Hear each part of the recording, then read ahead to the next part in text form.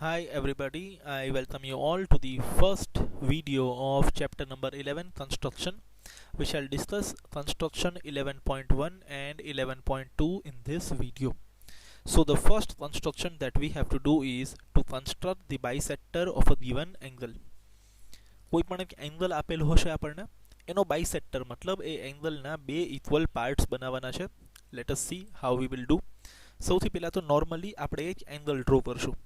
Right, we shall normally draw one angle.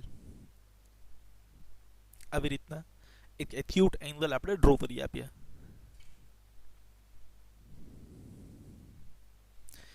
Fine, આનો કોઈ measurement નથી, બટ ધ્યાન એ રાખવાનું કે this should be an acute angle.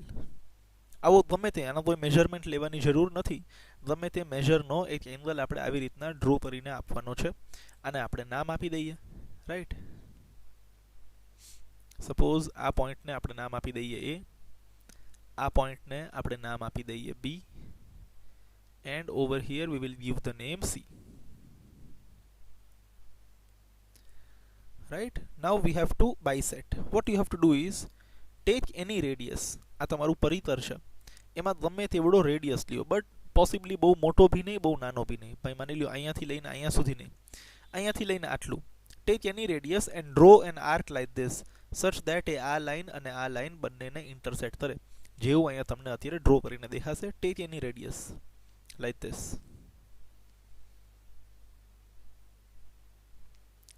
Clear? ગમે તે રેડિયસ લેવાનો, પરિતર અહીંયા રાખવાનો, પોઇન્ટર અહીંયા રાખવાનો, and you have to do like this. હવે આપણી પાસે બે નવા પોઈન્ટ આવ્યા. એક પોઈન્ટ આવી ગયો અહીંયા, બીજો પોઈન્ટ અહીંયા આવી ગયો અહીંયા. એ બંનેને આપણે નામ આપી દઈએ ડી એન્ડ ઈ. સપોઝ અહીંયા જે પોઈન્ટ છે તેને આપણે ડી કહી દઈએ અને આને કહી દઈએ ઈ. નાઉ આપણે આને બાયસેક્ટ કરવાનો છે આ એંગલને. તો સૌથી પહેલાં તો આપણે પરિતરથી આ એંગલને મેજર કરશું લાઈક ધીસ. Yes, right. એક પોઈન્ટર ડી ઉપર, પેન્સિલ ત્યાં ઈ ઉપર. અહીંયાથી તમને દેખાડું તો ક્લિયર થઈ જશે. Yes, pointer on D, pencil on E, like this. આવું તમે જ્યારે કરો છો ને ત્યારે તમે આ એંગલનો માપ લ્યો છો. તમને ખબર નથી કેટલું મેઝરમેન્ટ છે, but you are literally measuring this. હવે પોઈન્ટર ડી ઉપર એમને રાખવાનો, આ પરિતરથી અહીંયા વચ્ચે આર્ક ડ્રો કરવાનો, આ રેડિયસથી, લાઈક ધીસ. ક્લિયર? આ ડ્રો થઈ ગયું. સેમ રેડિયસ પાછો, બટ પોઈન્ટર ઈ ઉપર રાખવાનો હવે, like this. Right, you can C E થી લઈ અને ડી ઉપર આવી રીતના મેજર કર્યું. પોઈન્ટર ઈ ઉપર છે, પેન્સિલ ડી ઉપર છે, મેજર કર્યું અને આટલો જ રેડિયસ રાખી અને આને હવે આપણે પેલી બાજુ ફેરવશું, લાઈક ધીસ. રાઈટ, આ સેકન્ડ આર્ક ડ્રો કરશું with another radius. Now the two arcs are intersecting over here. ત્યાં આપણે પોઈન્ટનું નામ આપી દઈએ એફ. આ તમે છે ને બાયસેટ કર્યો. આ પૂરેપૂરો એંગલ હતો ને, અહીંયા પોઈન્ટ હતો, અહીંયા પોઈન્ટ હતો, તમે એની વચ્ચે એક પોઈન્ટ ગોતી આવ્યા. રાઈટ, નાઉ આમાંથી અને આમાંથી એક લાઈન આપણે પાસ કરશું which will be the bisector of this angle, like this. Clear? You can see આ પૂરેપૂરો યલો કલરનો એંગલ હતો. હવે એનો આ એક પાર્ટ અને આ બીજો part, there are two equal parts. બંને હું તમને મેજર કરીને બતાવું, બંનેનો મેજરમેન્ટ સેમ હશે. જો આ ફર્સ્ટ એંગલ, એનો મેજરમેન્ટ છે અપ્રોક્સિમેટલી 31.7 અને આ બીજો એંગલ, એનું મેજરમેન્ટ બી છે 31.7. તો આ જે પૂરેપૂરો એંગલ હતો એના બે ઇક્વલ પાર્ટ પડી ગયા. એક પાર્ટ તો આ છે અને બીજો પાર્ટ આ છે. Fine, I hope you don't have any doubts over here. એકવાર ફરીથી પૂરેપૂરું પાછું થોડું સ્પીડમાં આપણે ડ્રો કરીને જોઈ લઈએ. Right, we have to construct bisector of an angle. Right, ગમે તે એક એક્યુટ એંગલ ડ્રો કરવાનો છે સૌથી પહેલા, like this, of any measurement that we like. Clear? નામ આપી દઈએ આપણે એ, બી અને C to this acute angle.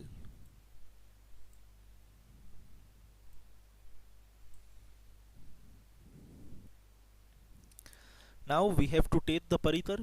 એની ઉપર ગમે તે રેડિયસ લઈ શકીએ છીએ. પોઈન્ટર બી ઉપર રાખશું અને આર્ક ડ્રો કરશું સચ દેટ એ બંને લાઈનને ટચ કરે, લાઈક ધીસ. અહીંયા પોઈન્ટને નામ આપી દેશું ડી, અહીંયા પોઈન્ટને નામ આપી દેશું ઈ. રાઈટ, નાવ ડી થી લઈને ઈ ઉપર મેઝરમેન્ટ લેશું અને એક આર્ક ડી ઉપરથી ડ્રો કરશું. પછી સેમ વસ્તુ ઈ ઉપરથી કરશું. રાઈટ. ઈ થી લઈને ડી મેજર કરશું અને ઈ ઉપર પોઇન્ટર રાખીને એ તાર આ બાજુ ડ્રો કરશું. તો અહીંયા વચ્ચે એક પોઈન્ટ આવશે જેનું નામ છે એફ. હવે બી અને એફ માંથી આપણે એક લાઈન પાસ કરશું which will be the bisector of our angle. Yes. So now અહીંયા જે બે બને છે they are of equal measures. અહીંયા મેં મેઝરમેન્ટ જસ્ટ એમને એમ કરીને બતાવેલું છે. તમારે અહીંયા કોઈ પણ ટાઈપનું મેઝરમેન્ટ લખવાનું નથી. જસ્ટ આ પ્રોટ્રેક્ટરની મદદથી બંને એંગલ તમે માપી લેજો. બાકી અહીંયા 31.7 મારે આવે છે, જરૂરી નથી તમારે ત્યાં આવે જ.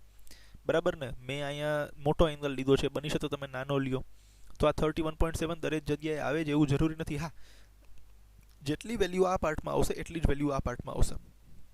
માની લો તમારે કોઈને અહીંયા 40 આવે છે તો અહીંયા ઉપર બી 40 જવું જોઈએ.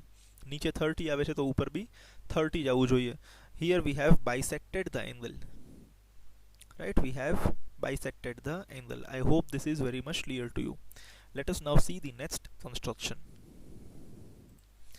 Next is construction 11.2. We have to construct perpendicular bisector of a given line segment. કોઈ એક લાઇન સેગમેન્ટ આપેલી છે, એનો પરપેન્ડિક્યુલર બાયસેક્ટર ડ્રો કરવાનો છે. Now perpendicular and bisector. Bisector means જે બે ઇક્વલ પાર્ટ બનાવે અને પરપેન્ડિક્યુલર મીન્સ જે 90 ડિગ્રીનો એંગલ બનાવે.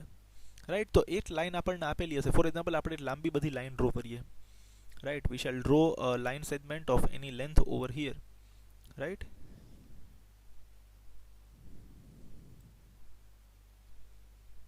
બરાબર. આ આપણે લાઈન ડ્રો કરી, જેના બે એન્ડ પોઈન્ટ છે એને આપણે નામ આપી દઈએ. રાઈટ. હવે આ AB ની કોઈ લેન્થ હશે. આપણે AB નો શું ડ્રો કરવાનો છે? Perpendicular bisector. what we have to draw? We have to draw the perpendicular bisector of AB. મતલબ AB ની વચ્ચે અહીંયા એક લાઈન પાસ થવી જોઈએ. એ જે લાઈન માની લો અહીંયાથી લઈને આમ પાસ થાય એ AB ના બે ઇક્વલ પાર્ટ બનાવવી જોઈએ અને AB ને પરપેન્ડિક્યુલર મતલબ AB સાથે 90 ડિગ્રીનો એંગલ બી બનાવતી હોવી જોઈએ. આના માટે આપણે પોઇન્ટર રાખવાનું એ ઉપર અને આ જે બીજી પેન્સિલ છે એને AB નું હાફ હોય ને એના કરતાં સેજ વધારે રેડિયસ લેવાનું. અહીંયા મોટાભાગના લોકોને કન્ફ્યુઝન હોય છે એટલે હું રિવર્સ ટેકનિક સમજાવું. પોઇન્ટર રાખવાનો એ ઉપર, પેન્સિલ જવા દેવાની બી ઉપર, પછી સેજ ઓછું કરી નાખવાનું. એટલું ઓછું કરવાનું કે AB ના હાફ કરતાં વધારે હોય. માની લ્યો કે આપણે AB ડ્રો કર્યું છે અને AB ની લેન્થ સપોઝ 10 સેન્ટીમીટર છે સપોઝ. તો આપણે જ્યારે અહીંયા પોઇન્ટર એ ઉપર રાખીએ તો આપણી પેન્સિલ મિનિમમ 5 સેન્ટીમીટર કરતાં આગળ હોવી જોઈએ. 5 સેન્ટીમીટર કરતાં ઓછો ડિસ્ટન્સ ચાલશે નહીં. We have to take a radius which is less than half of AB. Total AB ની જેટલી લંબાઈ છે એના હાફ કરતાં ઓછું ન હોવું જોઈએ. એટલી મિનિમમ આ પેન્સિલને આપણે ફેલાવવાની. બરાબર છે. એટલો રેડિયસ લઈ પોઇન્ટર એ ઉપર રાખવાનો.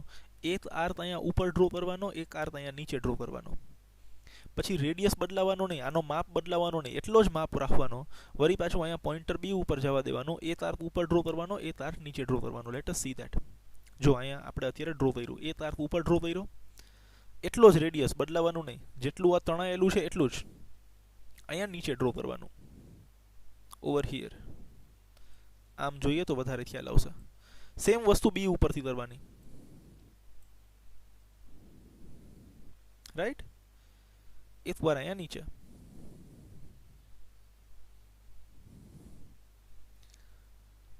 યસ. બટ આમાં શીખવાનું શું છે ભાઈ?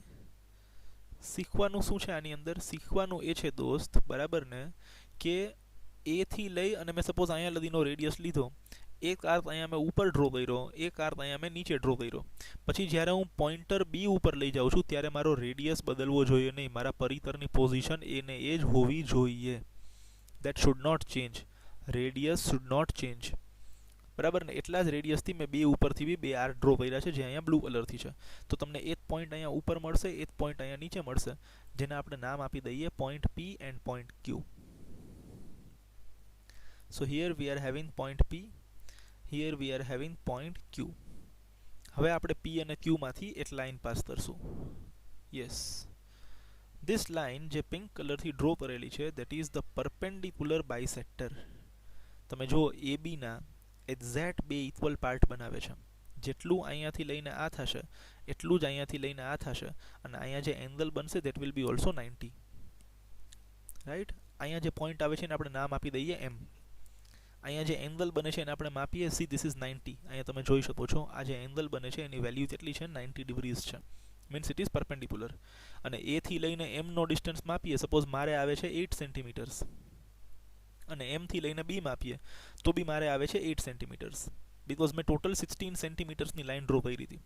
હવે જરૂરી નથી કે તમે બી 16 સેન્ટીમીટર્સની જ લાઇન ડ્રો કરો, તમે ખાલી 8 સેન્ટીમીટરની લાઇન ડ્રો કરશો, તમારે 4 4 આવશે બંને બાજુ, આ બાજુ બી 4 આવશે, પેલી બાજુ બી 4 આવશે, રાઈટ. તમે ઓનલી 16 સેન્ટીમીટર્સની લાઇન ડ્રો કરજો, સોરી 8 સેન્ટીમીટર્સની લાઇન ડ્રો કરજો, તમારે એક સાઈડ બી 4 આવશે, બીજી સાઈડ બી 4 આવશે.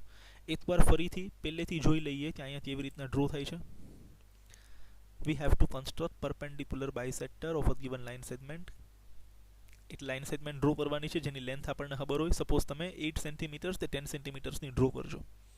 બંને બાજુ નામ આપી દો, પોઈન્ટ એ એન્ડ પોઈન્ટ બી. હવે પોઈન્ટર આપણે રાખવાનો એ ઉપર, પરિતરને ફેલાવવાનો, પણ કેટલો ફેલાવવાનો કે એ મિનિમમ એ બીનો જે હાફ હોય એના કરતાં વધારે રેડિયસ હોય. એક આર્ક ઉપર ડ્રો કરવાનો અને સેમ રેડિયસથી એક આર્ક અહીંયા નીચે ડ્રો કરવાનો. Radius should not change, right. Same વસ્તુ બી ઉપરથી કરવાની, સેમ રેડિયસ સાથે. એક આર્ક અહીંયા ઉપર, બીજો આર્ક અહીંયા નીચે. તમને બે પોઈન્ટ્સ મળી જશે, પી એન્ડ ક્યુ. યસ, અહીંયા પોઈન્ટ પી આપી દો, અહીંયા પોઈન્ટ ક્યુ આપી દો, બંનેમાંથી એક લાઇન પાસ કરી દો. That line will perpendicular bisect the given line AB. AB ના બે ઇક્વલ પાર્ટ બી બનાવશે અને AB ઉપર જે એંગલ બનાવશે that will be of 90 degrees, right. મસ્ત લાઇન પાસ થઈ જશે અહીંયાથી, યસ, પિંક વાળી. સો here we have an angle of 90 degrees. જ્યારે આપણે મેજર કરીએ આપણને ખ્યાલ આવી જશે. અહીંયા આપણે નામ આપી દઈએ પોઈન્ટ એમ. એમ છે ને AB નો મિડ પોઈન્ટ કહેવાશે અને એંગલ કેટલો બને છે, 90. You can see over here. અને જેટલું એ થી લઈને એમ થાય છે એટલું જ એમ થી લઈને બી થાય છે. મેં 16 સેન્ટીમીટરની લાઇન ડ્રો કરી છે તો તમને એક બાજુ 8 અને બીજી બાજુ 8 દેખાય છે. તમે માની લ્યો 10 સેન્ટીમીટરની લાઇન ડ્રો કરશો, તમને એક બાજુ 5 અને બીજી બાજુ 5 દેખાશે, right. We end up the video over here. Next વિડીયોની અંદર how to construct an angle of 60 degrees, જે તમારો કન્સ્ટ્રક્શન 11.3 છે. પછી 60 નું હાફ 30, 30 નું હાફ 15. આ ત્રણ આપણે એક સાથે જોઈએ. Fine. Thank you very much. Goodbye.